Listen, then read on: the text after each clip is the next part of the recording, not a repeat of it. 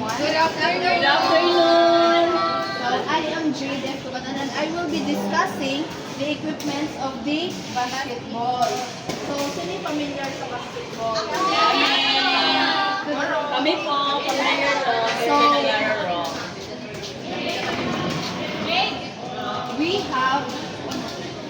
we have 10 equipments or 11 ba? Yeah, 11 din wala ko mapilagsa. So, we have 11 equipments na essential siya for the basketball players and sa basketball game.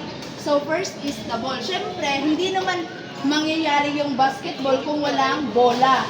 So yung pounds, di ba na-discuss na kanina ni Miss Prissy na may nangyaring kaibahan or may mga pagbabagong nangyari sa bigat na at kilo ng isang basketball ball.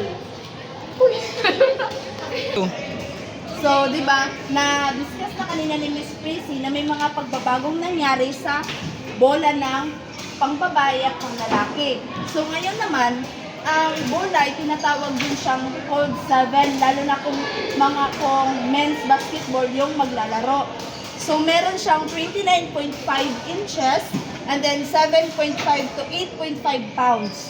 So, di ba, sabi ko nga kanina, tinatawag din siyang 7. Pero may nagkakaiba-iba yung sizes niya kapag may mga naglalarong pambata or mga high schoolers yung mga naglalaro. So the second equipment is the backboard.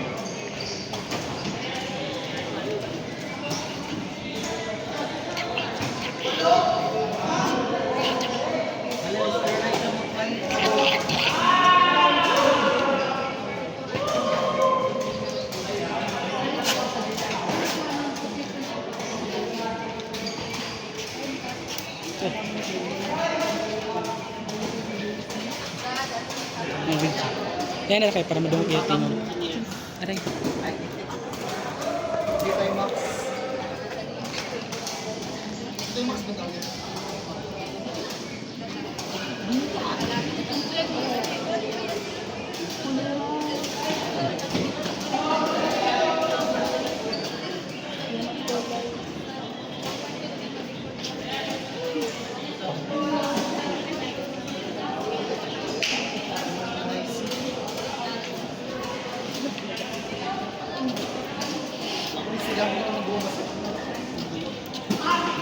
So, hindi naman mabubuo yung basketball kapag walang backboard. Hindi, ano yung paglalagyan ng hook, ng net, ng ring and rings kung walang backboard. So, ang backboard ay nagkakaroon siya ng sizes. So, yung layo niya na, yung lapad bitaw is 24 inches and then 161 centimeters. And then yung pagitan niya sa bawat kanto na hahawakan ng net is 2 inches or 5 centimeter. Ini siya. And then, yung height naman niya na, ano pa yung pagitan niya ng is 12 inches or 30.5 centimeters. And then, sa dito naman, yung pagitan ng dito, kay 18 inches or 45.7 centimeters. At yung sa sa gawas na niya or yung total height na divide niya is 48 inches din siya ha. And then 121.9 centimeters. And then yung lapad niya is 3 inches or 7.6 centimeters.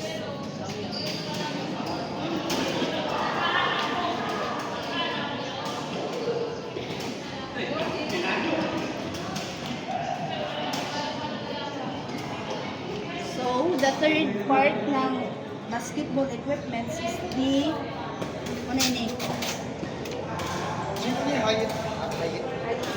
only height from the ring to the ground.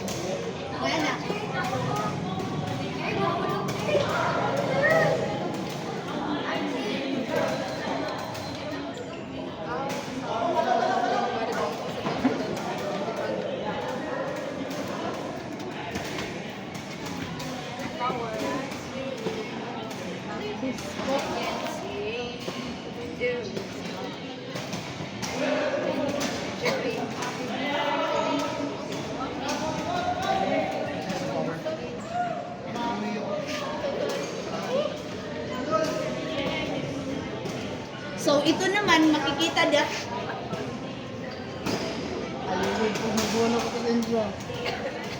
So dito naman is makikita na natin yung third equipment which is ang hoop.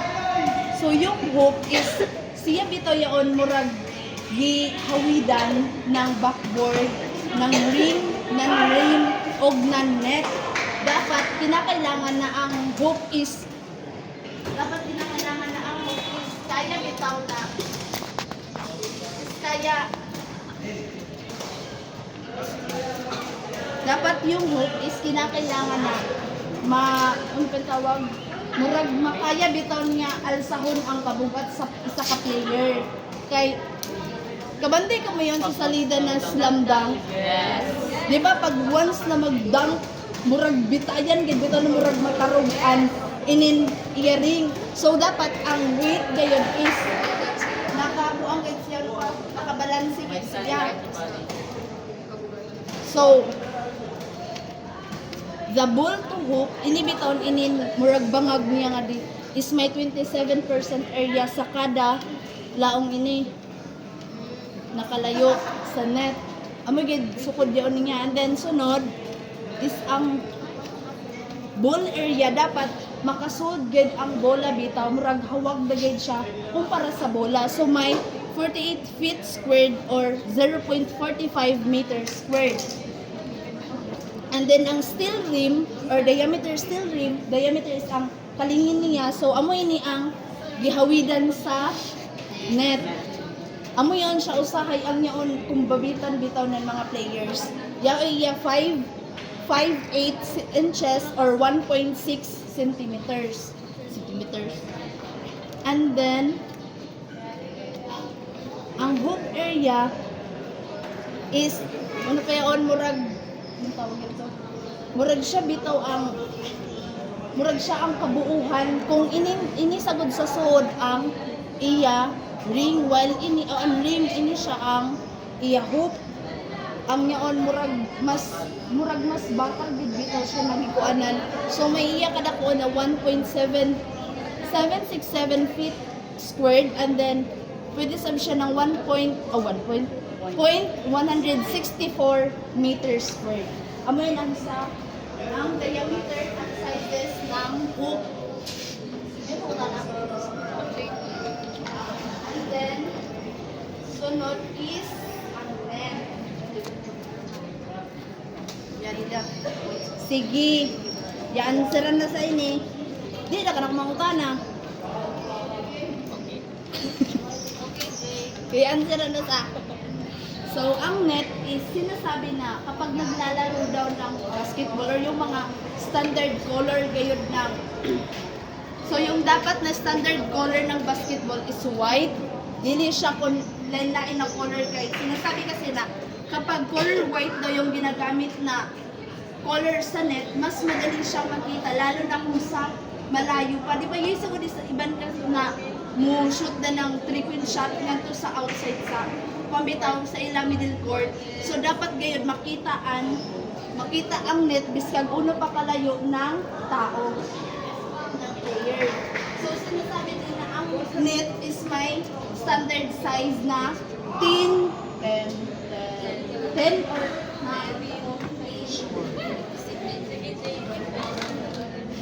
Pamaya nilimutan na may 18 inches. So kasay ko mo na 18 inches. Yes. Wala. So,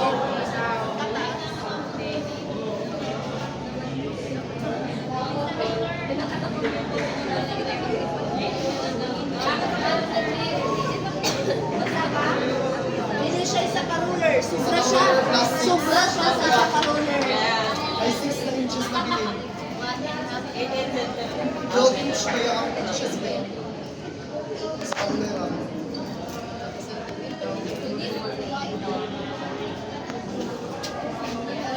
So, amo ini na ilaong na may 15 to 18 inches ang kahaba ng net or 38.1 to 45.7 centimeters.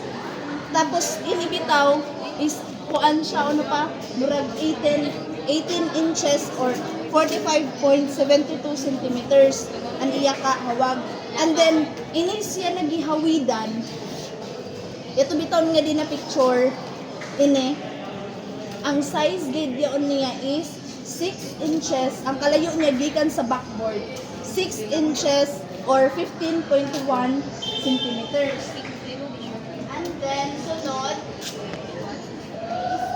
ring, ano na ito?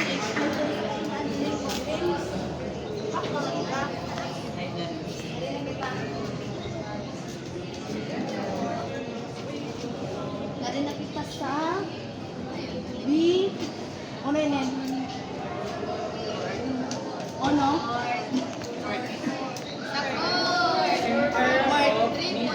Makita sa likod? Yes! Magbiritok doon. So, di ba, pag half court da is, inida, syempre kay half court da, so inida ngayon, mid court, kato nga. So, dapat kung magduwa ng, magduwa ng basketball, then half court. Then half court da is, isa na gid sa kahuk ang magamit, which is ang hidden ng ring. Tas, ang kalayo ng hook, gikan sa ground is 10 feet ang kalayo niya. Kung ikuan niya ninyo, inibitaw nga di ba, mo ring. Ang kalayo niya, gikan niya, ang distansya niya is 10 feet. Dili, ang tinto. Ang katas niya. Kapag gikan sa ground, and then sa taas, 10 feet, ganyan siya, standard size na ganyan yun. Biskag pa high schooler daan magduwa, ang may nagigriya, size na niyon. Nabuang. Above the hoop or below the hoop? Above the hoop. Tapos, di ba, syempre kay may pareho sa volleyball, may sasud isab niya na, ang tawag yun, murag may sasud sab siya na space, o lahi isab ang sa gawas. Tapos ko naman ganyan.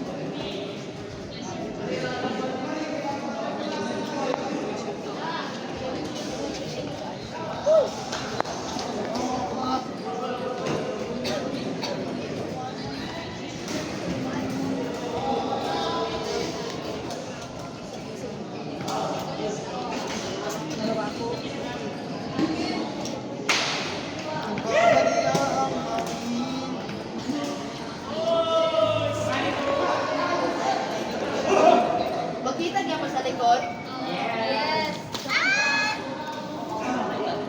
So, ang size niya sa gawas is 28 meters. Meters ha? Ano ang meters? Ang buta. Ang dipa niya. Tapos, ang iya isab, ano tawag ini? Height ba? Ang width. So, ang width niya is 15 meters. Gani. Tapos, pag half court na, syempre, kikatunga na sa, so 14 meters na siya. Pero, ang distansya niya sa kada kanto, is 2 meters na gayon. Same sab nga ting. And then, sa kada ko ang bitaw, may gitawag na. Paras yan, gitawag siya ng end line or baseline. And then, yan is normal sideline nga nagtawag. Pero sideline na trabaho ko. So, sa suot ng court, amo na ini. Ini siya ang gitawag na, ano? 3-point shot. Amo na siya ang gitawag na 3-point shot or kasagaran ng player. Hindi na ganyan sa gawas lagi na kung gusto makapuntos ng 3. Ngayon. Tapos, ininganhi is ang gitawag na 2-point shot. Free throw. Which is, nag-line siya ng, dikan niya di, 3.6 meters. Tapos, ang distansya niya bitaw na, dikan sa mali sa gawas, ini na line.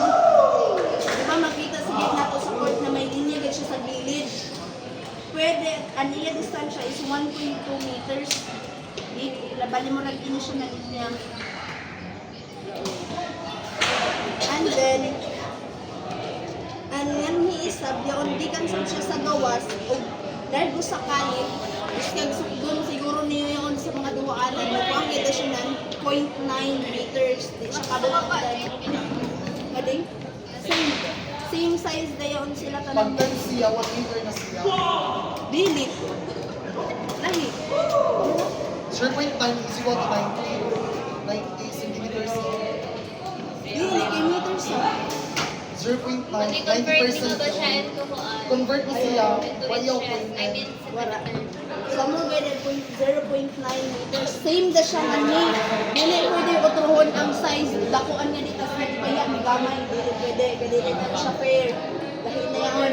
And then, may, di ba kasagaran, ano, Sir Gig magsugod ang duwa na basketball. May, ang tawag doon? ilong-ilong. Layout, halak. O, yaon. Yan mag-ilog ng bola kung sino mag-ilog. Di ba kasagaran ng players maglinyangan? Then yan yung sa tungaan, mag-ilog sa bola or paunahin na maka. Kailangan nila side na part. It's a Pagkakilin medium sa kaya mga siya. center It's mo. a, Siguro the tallest player. oo, may makailogin na bola. And then nato na din magsugod na mag-ongoing na dayon ang duwa. So, sunod na essential sa basketball is ang hindi siya scoreboard. Shot clock. So, amoy ni ang bayo sa shot clock.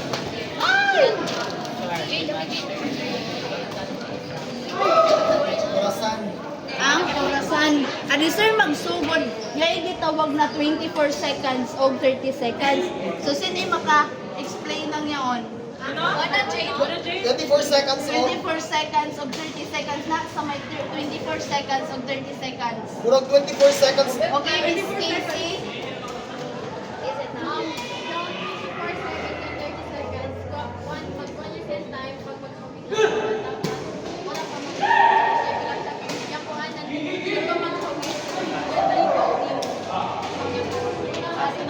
Within kibaling nga nakuan. O Within yaon na kuan, yaon na oras. dapat ma-shoot. So, di ba, yung pag high-tech na or mga paras niyon sa FBA, NBA na mga duwa, mga international or national na, kaya oy nagayod shot clock na makita sa ibabaw or sa kada bitaw may makashoot, mular ko nagayod siya, ano patatak ang score. So, amoy niyang score. Tapos, ang inis, ang remaining time na need is apason sa kada team. Labi na kung laong pa yun, yatambakan na sila. And then, sunod is ang jersey. Sige. So, nasa need ng jersey pag mga ano pa nasa need ng jersey sa mga players. Nasa dili pwede magsukbot ng naka-t-shirt na bago sa gihapon. Nasa need din ng jersey. To be flexible. Jersey is designed na para makalihok-lihok balik ang mga players. Bisan sa po niya polo sila niya swimsuit dapat kay para flexible. Pero yan sir, gidesign yan siya kay para makalihok ang mga arms ng kuwan, players. O para sa masimutan ng nila yun.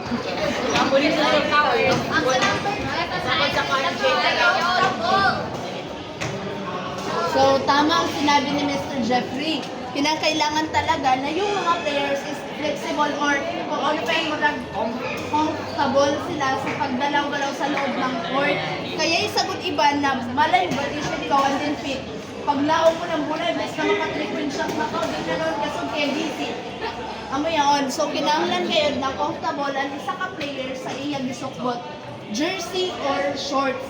Kay, di ba murag up and down or turn nyo nag-edyaw siya kay need sagod na ang shorts sa nagisukbot sa player is comfortable isang sila. Tapos yun murag musunok bitaw daan nila huwas na dili magtagdo.